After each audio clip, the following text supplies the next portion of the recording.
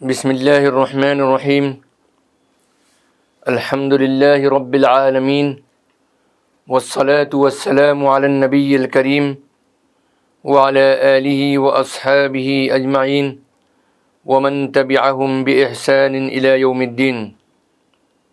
بزرگان محترم، برادران عزیز، سلسلے کے مخلصین اور ہماری قابل احترام مائیں بہنیں اور عزیز بچیاں، یونیفارم سول کوڈ اور مسلم پرسنل لا کے موضوع پر ہماری گفتگو کا اور مختصر خطبات کا سلسلہ جاری ہے، اور یہ آج اس کی 10ویں قسط ہے۔ آج ہماری گفتگو کا جو خصوصی موضوع ہے وہ ہے کیا گوا کا یونیفارم سول کوڈ یکساں ہے؟ کیا وہ حقیقی معنی میں یونیفارم ہے؟ Does Goa uniform civil code uniform? جواب یہ ہے کہ نہیں۔ عوام اس سلسلے میں بہت ہی انتشار کا شکار ہوتے ہیں، اور ان کے لیے یہ سمجھنا مشکل ہے کہ جو بات کہی جا رہی ہے اس میں حقیقت کیا ہے، کیونکہ جو یہ اعلان کر رہے ہیں کہ یونیفارم سول کوڈ ایک ماڈل ہے پورے ہندوستان کے لیے، وہ صحیح معنی میں حقائق کو چھپا رہے ہیں۔ ان کے قول و فعل اور ان کے دکھاوے مختلف ہیں۔ اس چیز کو سمجھنا ہر آدمی کے لیے بہت مشکل ہے، اور اسی کے نتیجے میں ان کی ان باتوں پر یقین نہیں کیا جا سکتا۔ گوا سول کوڈ، جسے گوا فیملی لا بھی کہا جاتا ہے، دیوانی قوانین یعنی سول لا کا مجموعہ ہے جو ہندوستانی ریاست گوا اور دمن کے مقامی باشندوں پر لاگو ہوتا ہے۔ گوا سول کوڈ پرتگالیوں نے 1869 میں گوا، دیو اور دمن میں متعارف کروایا تھا۔ 1961 میں گوا، دمن اور دیو آزاد ہوئے، اور انہوں نے ہندوستان کے ساتھ میں الحاق کیا اور اپنے آپ کو اس میں ضم کیا۔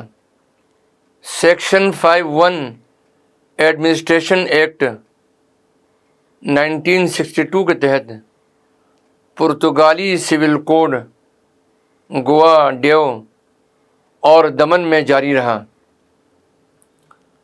گوا کے وزیر اعلیٰ پرمود ساونت نے گوا سول کوڈ کی تعریف کرتے ہوئے کہا کہ گوا سول کوڈ ایک ایسا ماڈل ہے جس کی دیگر ریاستیں بھی تقلید کر سکتی ہیں، اس کو فالو کر سکتی ہیں۔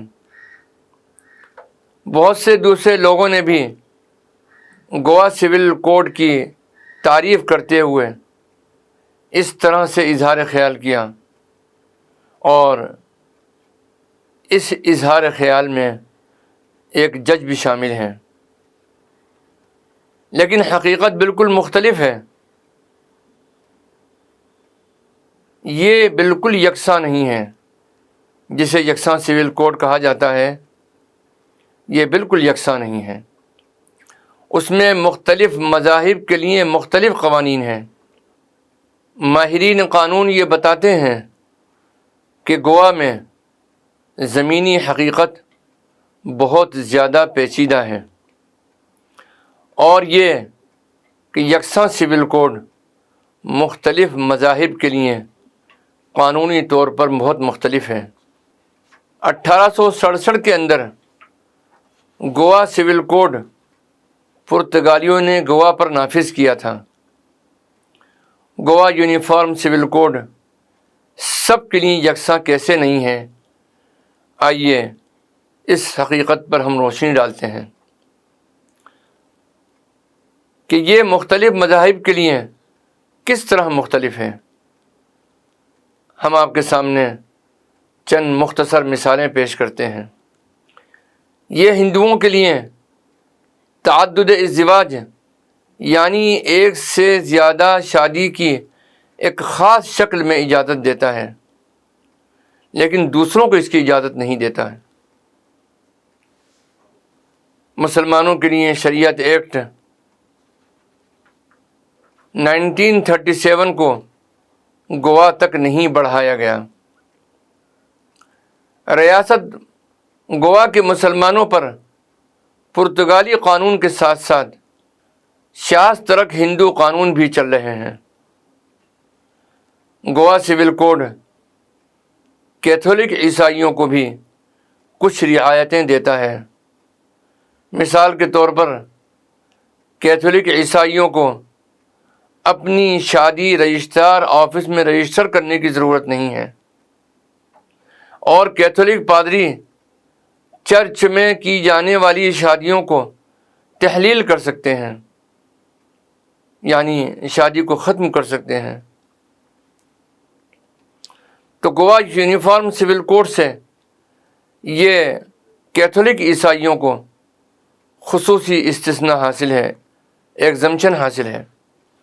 گوا یونیفارم سول کوڈ کے تحت میں آپ شادی کو لے لیجئے۔ شادی کا قانون یکساں طور پر سب کو یہ حکم دیتا ہے کہ شادی 2 مراحل پر مشتمل ہوگی، یعنی اس کے 2 فیس ہوں گے۔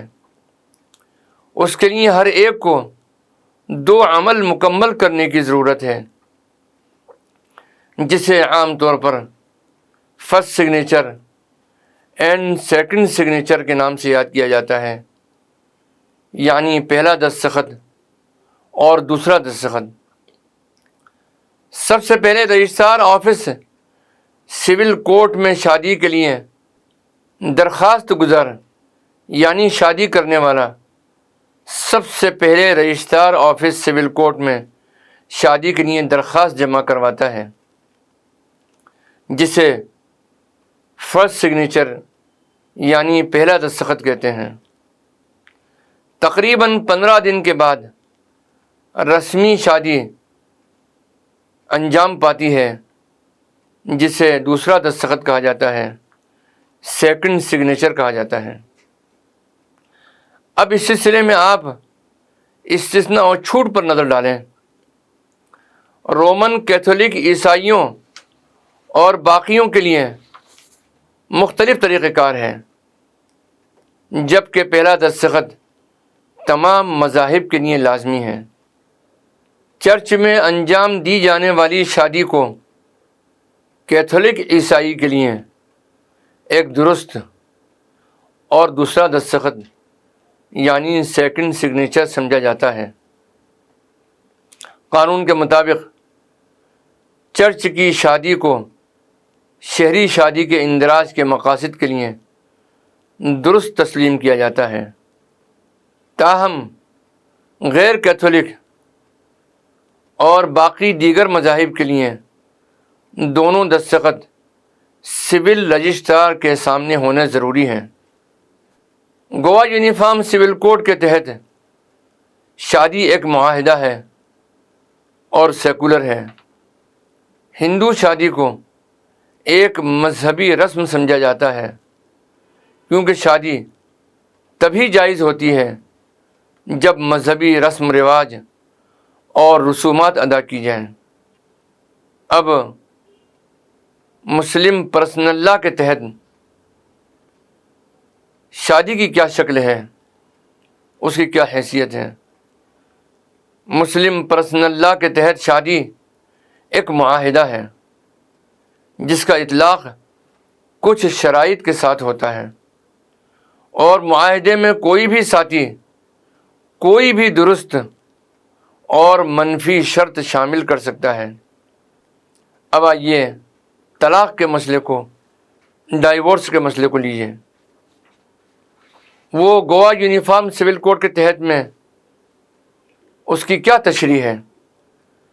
کیتھولک عیسائیوں کے لیے کلیسا یعنی چرچ کے حکام کی طرف سے منظور شدہ طلاق کو شہری قانون کے مقاصد کے لیے ایک درست طلاق سمجھا جاتا ہے، جبکہ غیر کیتھولک لوگوں کو سول کوڈ یعنی سول عدالت کے ذریعے طلاق حاصل کرنی ہوتی ہے۔ اب اسی طریقے سے کثرت ازدواج کو لے لیجئے، جسے ہم انگریزی میں پولی گیمی کہتے ہیں۔ گوا یونیفارم سول کوڈ کے تحت میں کثرت ازدواج کی کیا شکل ہے؟ پولی گیمی کا کیا معاملہ ہے اور کیا ماجرا ہے؟ گوا یکساں سول کوڈ تعدد ازدواج کی بالکل اجازت نہیں دیتا، لیکن ہندوؤں کو مشروط اجازت دیتا ہے۔ ہندو مرد کو دوسری شادی کی اجازت ہے اگر اس کی بیوی 30 سال کی عمر تک پہنچ جائے اور ان کا کوئی لڑکا نہیں ہو یعنی میل چائلڈ نہیں ہو، تو اس کو اجازت ہے کہ وہ دوسری شادی کر سکتا ہے۔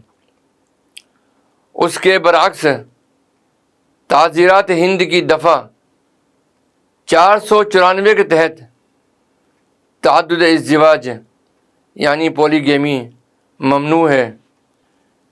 اسی طریقے سے یونیفارم سول کوڈ گوا کے تناظر میں وراثت کے مسئلے کو لے لیجئے، جسے ہم انگریزی میں انہیریٹنس کہتے ہیں۔ کسی شخص کے انتقال کے بعد میں اس کا چھوڑا ہوا مال میراث کہلاتا ہے اور اسے منتخب اصول اور قواعد کے مطابق میت کے رشتہ داروں میں تقسیم کیا جاتا ہے۔ اب اس سلسلے میں یہ سوال پیدا ہوتا ہے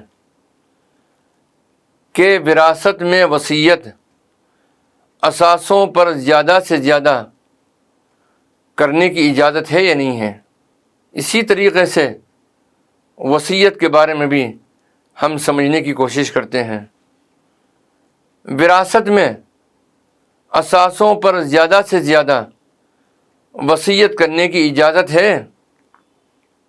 جواب ہے کہ وراثت میں اثاثوں پر زیادہ سے زیادہ وصیت کرنے کی اجازت ہے۔ گوا یونیفارم سول کوڈ میں زیادہ سے زیادہ 50% تک وصیت کی اجازت ہے۔ ہندو وراثت بل 1956 میں 100% تک وصیت کی اجازت ہے۔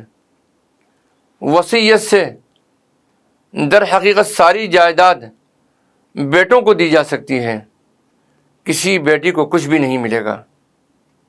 اب یہاں سوال یہ پیدا ہوتا ہے کہ کیا یہاں صنفی انصاف موجود ہے؟ کیا یہاں بچیوں اور لڑکیوں کے ساتھ میں ناانصافی نہیں ہے؟ آئیے اسلام کیا کہتا ہے اس سلسلے میں۔ اسلام میں وصیت زیادہ سے زیادہ 1/3 حصہ یعنی 33.33% تک ہو سکتی ہے، اس سے زیادہ نہیں ہو سکتی۔ اور اسلام میں اس سلسلے میں مزید ایک شرط ہے اور پابندی ہے، اور وہ پابندی یہ ہے کہ جس حصے دار کو وراثت میں حصہ ملنا ہے اس کے حق میں وصیت کرنا جائز نہیں ہے۔ یہ ابو داؤد شریف کی حدیث ہے۔ اس لیے وصیت کے ذریعے قانونی وراثت کو مکمل طور پر خارج نہیں کیا جا سکتا۔ 3 میں سے کون سا قانون خواتین کے لیے منطقی اور فطری اور فائدہ مند ہے، اس کا فیصلہ آپ خود کر لیجئے۔ اور اسلام کا مقصد یہ ہے کہ خواتین کسی بھی صورت میں وراثت سے محروم نہ رہ سکیں۔ میریج کپل پراپرٹی رائٹس، شادی شدہ جوڑے کے جائیداد کے حقوق کیا ہیں؟